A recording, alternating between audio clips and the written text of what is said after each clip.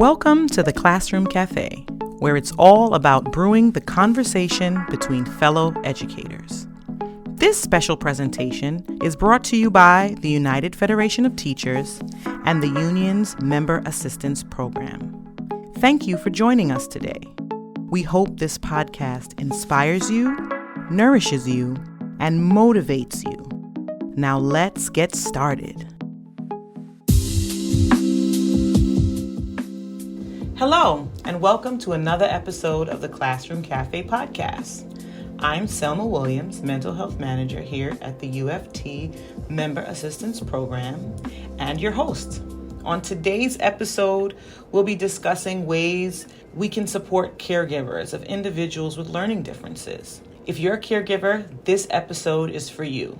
I'm joined today by Rocio, Ruiz, and Cristy Torres from YAI. YAI is grounded in elements of positive psychology, and the crisis and behavior services offer respite and other crucial interventions to support families in crisis. Rocio and Cristy, welcome. Please take a moment to introduce yourselves. Thank you. Thank you so much for giving us this opportunity to share some sources with the caregivers of people who has IDD.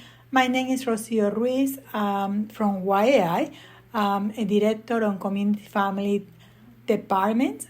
Basically, Community Family Services is a department that provides services to the families in the home or in the community. Then we will, during this segment, to provide some sources at the end of the informations that will be really helpful for you. Thank you. And Cristy? Hi, everyone. Selma, thank you so much for the invitation. Very happy to be here. I am Cristy Torres, and I am the supervisor in Community and Family Services at YAI for the Program of Crisis Intervention. So I've been working in YAI for over 20 years, and right now my role is to support the program with the crisis intervention support families in obtaining the services and resources that they need in order to help them stabilize any type of crisis that they might be experiencing.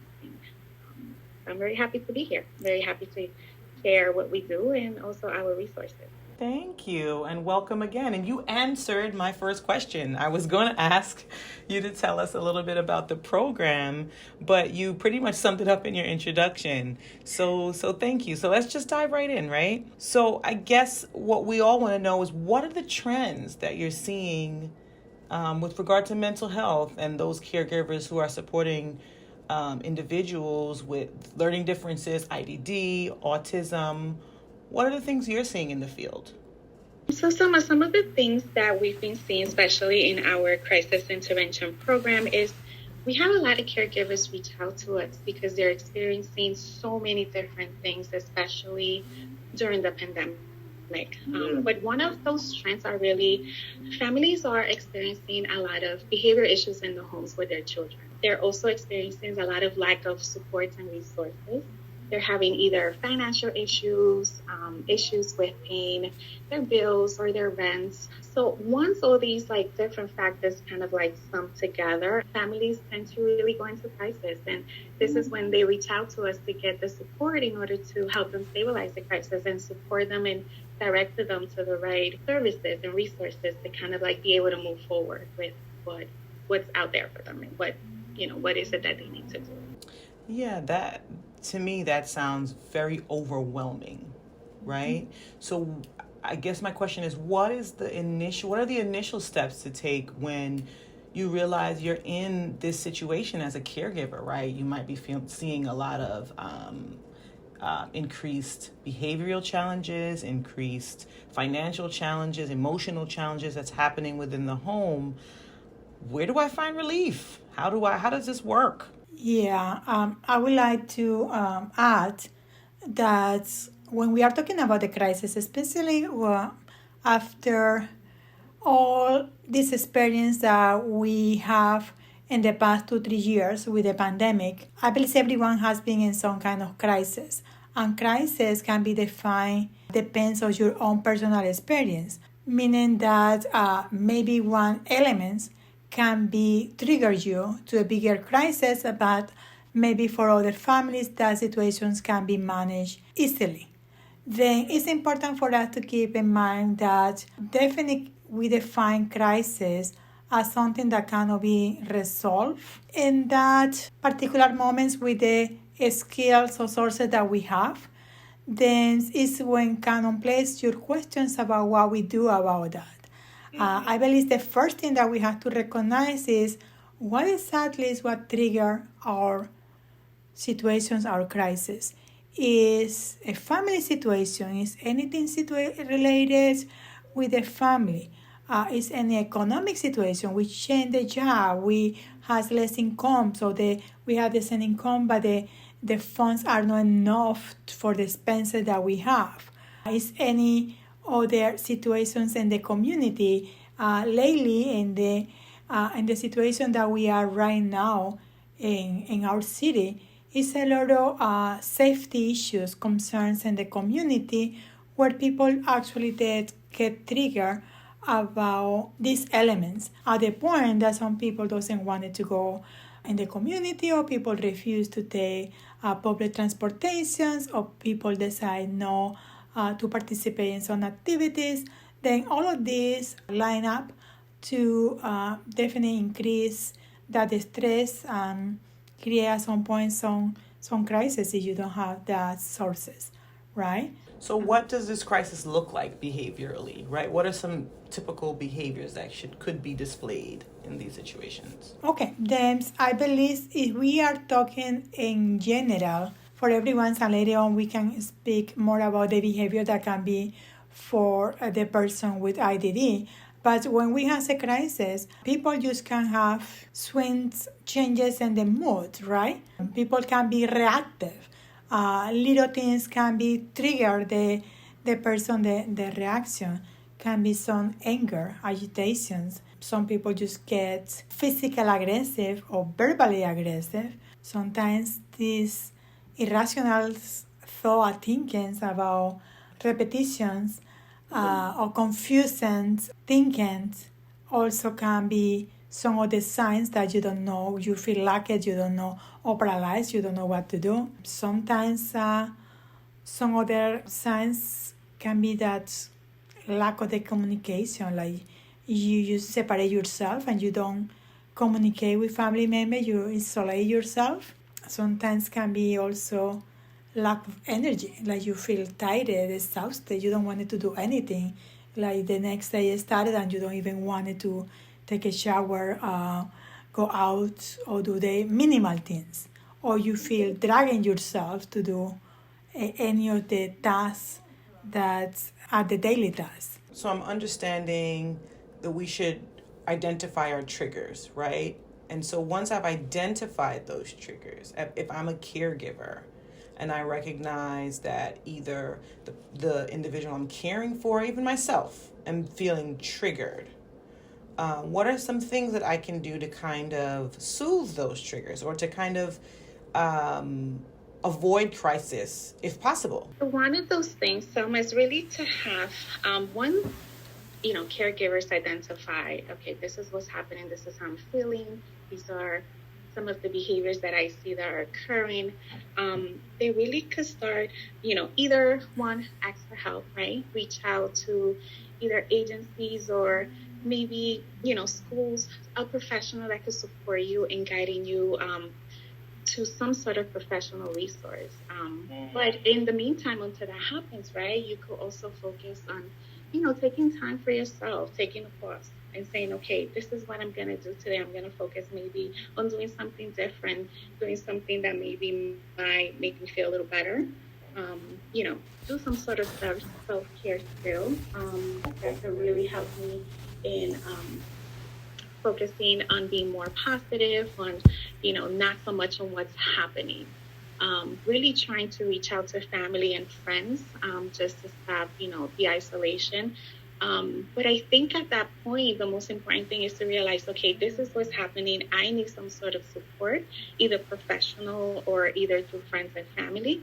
And also start practicing some, self-care skills to kind of feel better and kind of move forward in the right direction. Okay. I think those are very good practical steps. And I would like to add, Selma, also that you know yourself, right? And then I will also take a few minutes and think about it. What has been working in the past? I know this is a particular situation because this is the first time that we has been living this kind of situation that has been impacting us. But I will also reflect about what was working in the past, what has been situations that I was involved and how I went through. Based on that, maybe start see if we can replicate some of these things or maybe refine some of these strategies that we used in the past. As Cristy mentioned, definitely we try to get looking us and check to see how we can about ourselves without additional support overpass this crisis. The next step is, okay, what is our network that we have? Family, friends that will can support us in this process. And the next one will be the professional ones that we also have sources in the community that will be allow us to do that. Then when I'm checking about that, about crisis, I wanted to point out also that when we are talking about situations, it's not only a crisis or a problem doesn't occur only with one person. It's always involve somebody else, indirectly or directly. And when at the point that I wanted to go is that we are talking about parents or caregivers. Then who is the other person that maybe can be trigger our crisis? Is it somebody else? And here I'm going in the directions about to see how the other people behave. Is this about our kids who we are responsible for?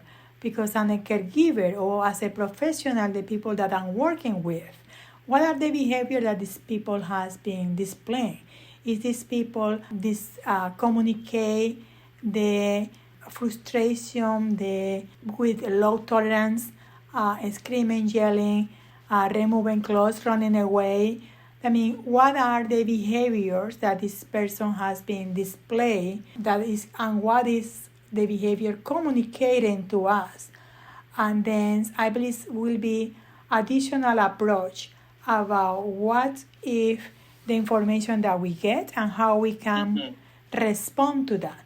Then again, I believe it's like 2 points here, like the caregivers and additional the other person that they are supporting in this moment can be called students, kids, or extended family members that can be involved in this process of what we can call crisis or lead us to look for additional mental health support. I like what you're saying. I think, going back to one of the initial things you're saying is refining what's worked in the past. So that tells me that in moments when I'm not in crisis, it would be a good time to sit down and think about that, right? The last time I've had a situation that was upsetting, how did I handle that? And what worked?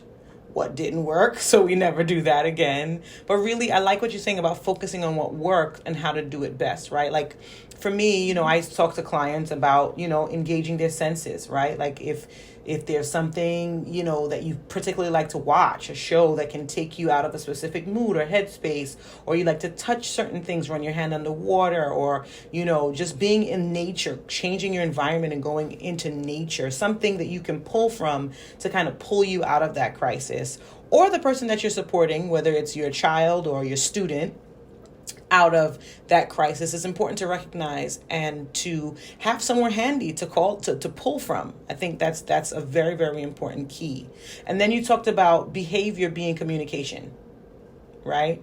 Instead of initially assuming that all behavior is a negative behavior, we mentioned this in our podcast last month, trying to understand what a behavior is saying, I think is very key.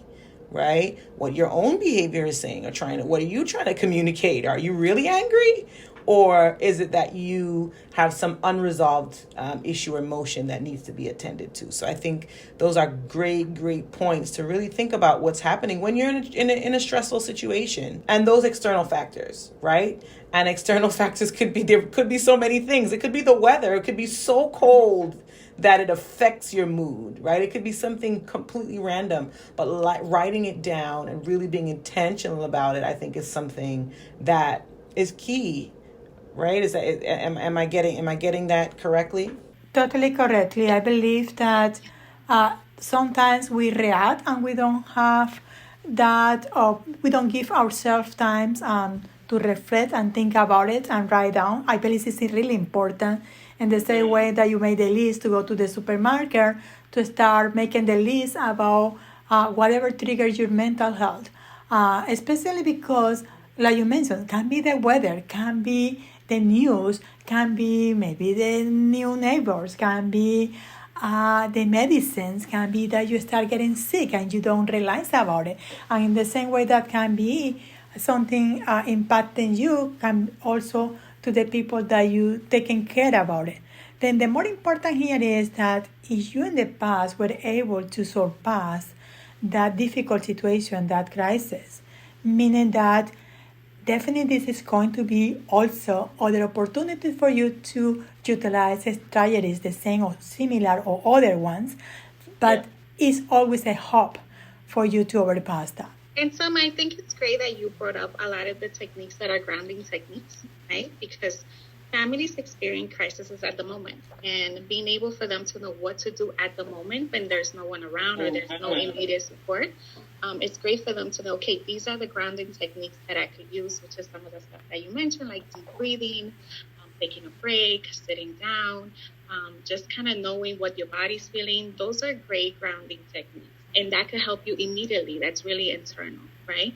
And once you're feeling better and you're able to kind of move forward with what you need to do next, then that's when the external supports come into place. But I think it's very important to be able to have those techniques at hand right away, not only for yourself as a caregiver, but like whenever something's going on with your child, if there's some sort of behavior happening either at home that is extreme or outside in the community, what are some of those quick things that you could do to kind of like deal with the crisis and then move forward? Yeah, and I think about that for the majority of our audience, right, are educators, right? So not all, but most are in the school settings, right? Mm-hmm.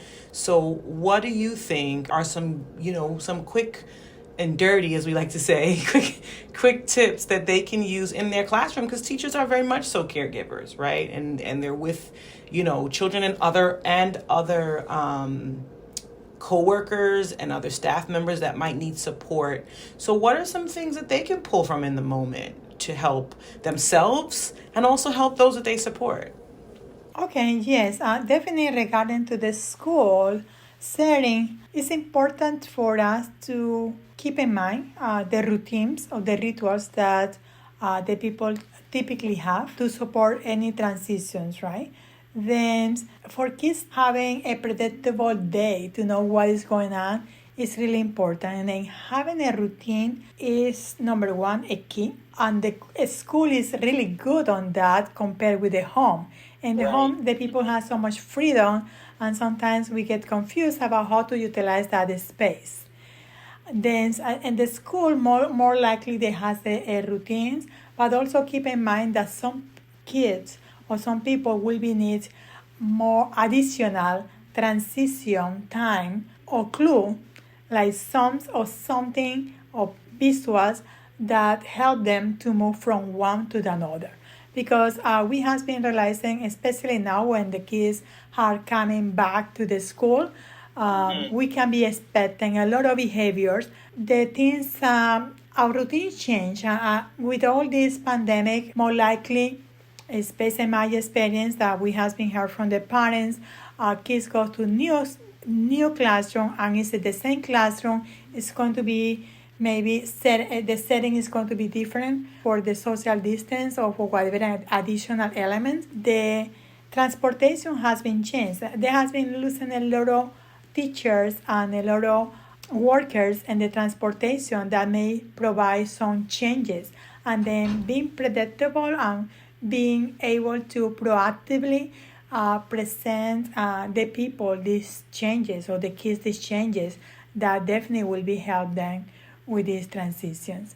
I believe the teachers are already doing that, and it's about being positive, praise the kids. I believe kids are going to be needed more than ever to be listened that positive statements that teachers typically do. Also give to them choices. Remember, they are coming still. I believe we have like 50% working in the homes or virtual, and then they are coming back to the classroom then with a mindset about how the parent has been running the house rule at home. Then choices are definitely something that will be facilitate or avoid any behavior as a response to something that they don't want. Got it. So you're saying when they're moving from an unpreferred activity, from a preferred activity to something that they might not be too interested in, giving them a choice might help them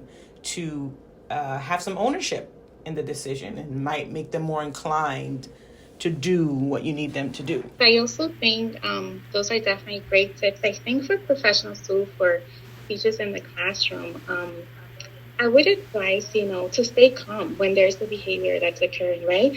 Stay calm, mind your own feeling and what you're feeling in the moment, kind of like self-regulate yourself, because I think sometimes as humans, right, we tend to take things personal. We're also going through our own emotions and our own feelings and our own problems. So in situations like this, just remain calm, take yourself out of what's happening, because the behavior has nothing to do with you. The behavior is really the child trying to communicate a need or something that they might want. So just remain calm, try to support the person, listen to the child, definitely ask questions if you can.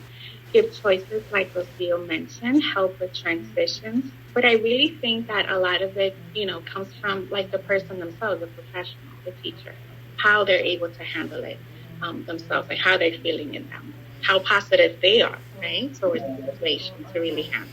I think kids pick up on those kids, right? Kids pick up on those things and energies and all kinds of stuff.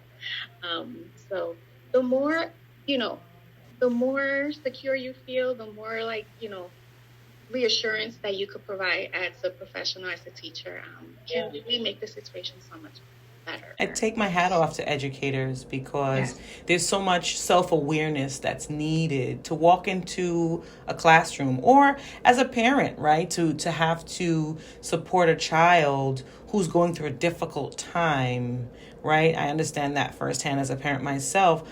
You're not always in that right headspace. So like you said, I think that's so important to be able to check in with ourselves first to see, okay, am I in a place where I can handle this? And maybe, and being honest that if I'm not, maybe I need a little more support at this moment. Maybe I need to call a neighbor if I'm at home, or if I'm in the classroom, call a neighboring teacher or someone from administration to help me, because I'm not in the frame of mind where I can adequately support the person that's having a crisis right now.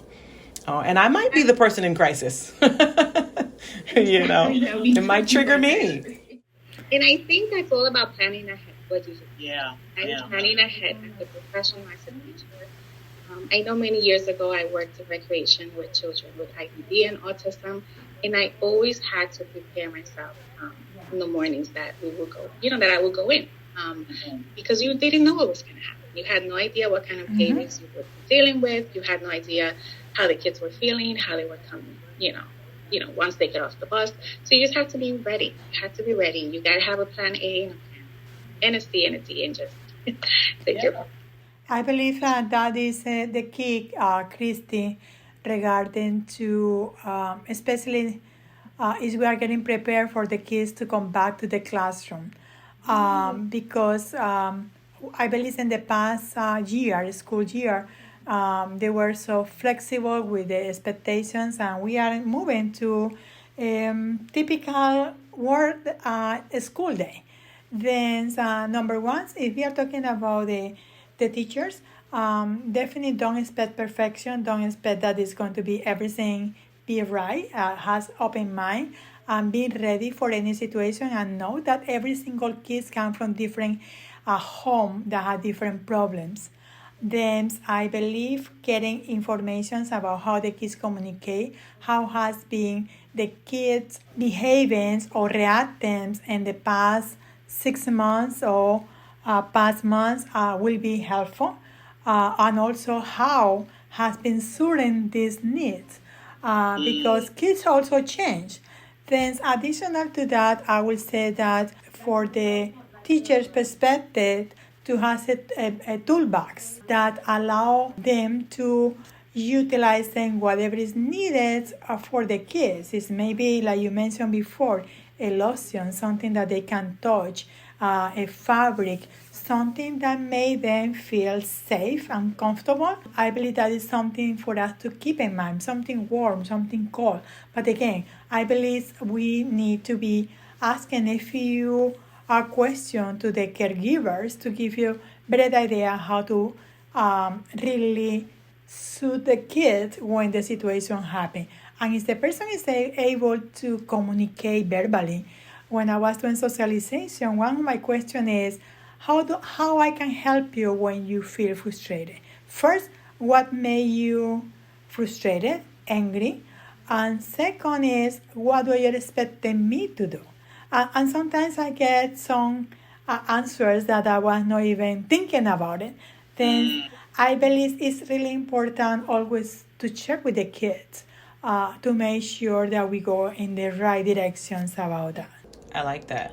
I think, that collaborative approach is important, including the student, the child, the adult, right? If you're caring for adults, in their own plan, right, of care during crisis is important. Who knows you better than yourself, right? Even if they don't use words to communicate, right, there is a way that they communicate. And like you said, Rocio, finding out what that is, and trying to investigate how we can listen to them a little bit more intently, especially if they don't use words to communicate. I think it's key too. Yeah, this is all good stuff. So what are some ways that our listeners can connect with YAI, with crisis services, should they need a little bit more support than what we're describing in this podcast today? So the phone number, we have the phone number for the Manhattan, for Central, for the headquarters, which is 212-273-6200. Which is very easy to remember. And then our email is manhattancrisisintervention@yai.org. Now, when is it appropriate for an educator to call, right? Like, how would they know to call? They could call at any time. We definitely, our business hours are 9 to 5, but they could call us, they could leave us a message, and we return our calls within 24 business hours. So we definitely, depending on the situation, they'll definitely hear from us fairly quickly, either through the phone or through email. So they have the option to either call us or send us an email. And as we communicate, we definitely ask for the right information about, the caregiver, the family, what is the crisis, what are the supports that they need. Wonderful. Okay. I wanted just to add. I just want to ask Selma regarding when they can call us, and then caregivers, specifically parents, if they are dealing with any situations in the home related with behavior, related with any other crisis to living conditions or housing, or they has any other elements that is trigger the dynamic in the family, and they feel like they need some counseling support, definitely they can reach crisis line. And also for the teachers in the school, if you feel like you has been dealing with kids who have some challenging behavior that is displaying in the home, because we don't work with the schools, but we provide behavior management to the caregivers in the home when the behavior are displaying in the home. And the reason is because we are teaching the parents techniques for them to implement at home and also decrease the challenging behavior. Then, if for any reason the kids is displaying some behaviors at home and the teachers know about it, definitely they can place the phone call to us, or they can pass the information to the caregivers to seek for that kind of support. As Cristy mentioned, this is a phone that they can call 24 hours, 7 days, but we will return in 24 hours. And additional to that, I wanted to add that our services are under OPWU umbrella, meaning that we have some contracts with the state, with the office that offers services for the people who have developmental disabilities. Then the crisis interventions, who is also running to serve families in Manhattan and Queens, can also support to gain that eligibility in case that you are not in the system yet. Okay, so you can get some support with getting that eligibility. Okay, that's good to know. And I know, as you know, parents and educators are always looking for resources, right? So I like what you said. If you know, someone in the school building is, you know, noticing, right, a trend or a type of behavior, has heard of a challenge that a student is having, they can always, you know, give this resource to the parent, right? I think that's definitely key, and I'll definitely put those resources in the show notes for all of our listeners to be able to go back and refer to. I just want to take this moment to thank you, Rocio and Cristy, for taking your time out of your busy day to speak with us and to really provide some insight as to what caregivers might be struggling with and how we can support them. And so we thank you for joining us today. Well, thank you for having us. No, we're more than happy to be here and support the parents. That's really the goal. Really looking forward for continue providing support to the community. Wonderful, wonderful. So thanks again and have a good one. Once again, thank you for joining us for this episode of the Classroom Café. If you are a UFT member, the Members Assistance Program can be reached at 212-701-9620 or at mapinfo@uft.org.